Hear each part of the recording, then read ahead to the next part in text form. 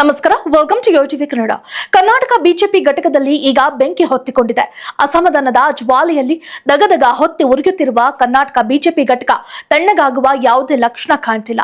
ಅದರಲ್ಲೂ ದಿಢೀರ್ ಬಸನಗೌಡ ಪಾಟೀಲ್ ಯತ್ನಾಳ್ ಅವರನ್ನ ಪಕ್ಷದಿಂದಲೇ ಓಡಿಸಿದ ನಂತರ ಕಿಚ್ಚು ಮತ್ತಷ್ಟು ಹಬ್ಬಿದ್ದು ಹಿಂದುತ್ವದ ವಿಚಾರ ಮುಂದೆ ತಂದು ಇದೀಗ ಪಕ್ಷ ವಿರುದ್ಧವೇ ಕಾರ್ಯಕರ್ತರು ಆಕ್ರೋಶವನ್ನ ಹೊರಹಾಕುತ್ತಿದ್ದಾರೆ. ಈಗೆಲ್ಲ ಸಂದಿಗ್ಧತೆ ಎದುರಾಗುವ ಸಮಯದಲ್ಲೇ ಪ್ರತಾಪ್ ಸಿಂಹ ವಿರುದ್ಧ ಕೂಡ ಆಕ್ರೋಶ ಮೊಳಗಿದೆ.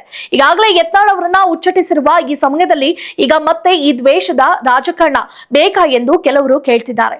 ಹೌದು, ಪ್ರತಾಪ್ ಸಿಂಹ ವಿರುದ್ಧ ಮೊದಲಿನಿಂದ ಕೂಡ ಕರ್ನಾಟಕ ಬಿಜೆಪಿಯಲ್ಲಿ ಅಸಮಾಧಾನ ಹೊಗೆ ಎದ್ದಿದೆ. ಅದರಲ್ಲೂ 2 ಬಾರಿ ಮೈಸೂರು ಕೊಡಗು ಲೋಕಸಭಾ ಕ್ಷೇತ್ರದ ಸಂಸದರಾಗಿ ಆಯ್ಕೆಯಾಗಿದ್ದ ಪ್ರತಾಪ್ ಸಿಂಹ ಸ್ವಂತ ಪಕ್ಷದ ಕಾರ್ಯಕರ್ತರಿಗೆ ಅನ್ಯಾಯ ಮಾಡಿದ್ದಾರೆ ಎಂಬ ಆರೋಪ ಮಾಡಿದ್ರು.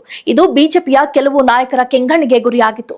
ಹೀಗಿದ್ದಾಗ ಹೈಕಮಾಂಡ್ ಕೂಡ ಪ್ರತಾಪ್ ಸಿಂಹಗೆ 2024ರ ಲೋಕಸಭೆ ಚುನಾವಣೆ ಟಿಕೆಟ್ ಕೊಡದೆ ಮೂಲೆಗುಂಪು ಮಾಡಿತ್ತು. ಇಷ್ಟೆಲ್ಲದರ ನಡುವೆಯೇ ಇದೀಗ ಬಸನಗೌಡ ಪಾಟೀಲ್ ಯತ್ನಾಳ್ ಬೆಂಬಲಿಗರು ಕೂಡ ಪ್ರತಾಪ್ ಸಿಂಹ ವಿರುದ್ಧವೂ ರೊಚ್ಚಿಗೆದ್ದಿದ್ದಾರೆ. ಇದು ಅಚ್ಚರಿ ಮೂಡಿಸಿದೆ.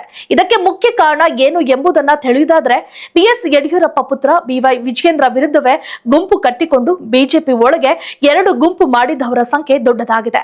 ಈ ಪೈಕಿ ಯತ್ನಾಳ್ ಸೇರಿದಂತೆ ಹಲವು ಪ್ರಮುಖರ ಹೆಸರುಗಳು ಕೂಡ ಸೇರಿವೆ.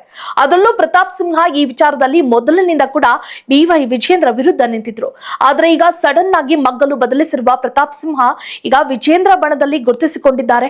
ಇದು ಯತ್ನಾಳ್ ಅವರ ಬೆಂಬಲಿಗರ ಆಕ್ರೋಶಕ್ಕೆ ಕಾರಣವಾಗಿದೆ. ಈ ಮೂಲಕ ಯತ್ನಾಳ್ ಬೆಂಬಲಿಗರು ಪ್ರತಾಪ್ ಸಿಂಹ ವಿರುದ್ಧ ಇಡೀ ಶಾಪ ಹಾಕ್ತಿದ್ದಾರೆ.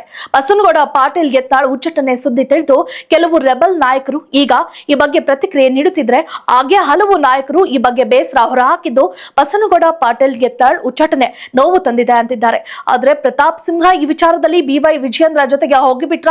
ಇಷ್ಟು ದಿನ ರೆಬಲ್ ಗುಂಪಿನ ಜೊತೆಗೆ ಗುರುತಿಸಿಕೊಂಡಿದ್ದು ಯಾಕೆ ಅಂತೆಲ್ಲ ಬಸನಗೌಡ ಪಾಟೀಲ್ ಯತ್ನಾಳ್ ಬೆಂಬಲಿಗರು ಸೋಷಿಯಲ್ ಮೀಡಿಯಾದಲ್ಲಿ ಚರ್ಚೆ ಮಾಡುತ್ತಿರುವುದು ಶಾಕಿಂಗ್ ಆಗಿದೆ. If you like this video, ಬೇಗ ಲೈಕ್ ಮಾಡಿ, ಕಾಮೆಂಟ್ ಮಾಡಿ, ಶೇರ್ ಮಾಡಿ ಹಾಗೂ ಯೋಯೋ ಟಿವಿ ಕನ್ನಡವನ್ನು ಸಬ್ಸ್ಕ್ರೈಬ್ ಮಾಡಿ.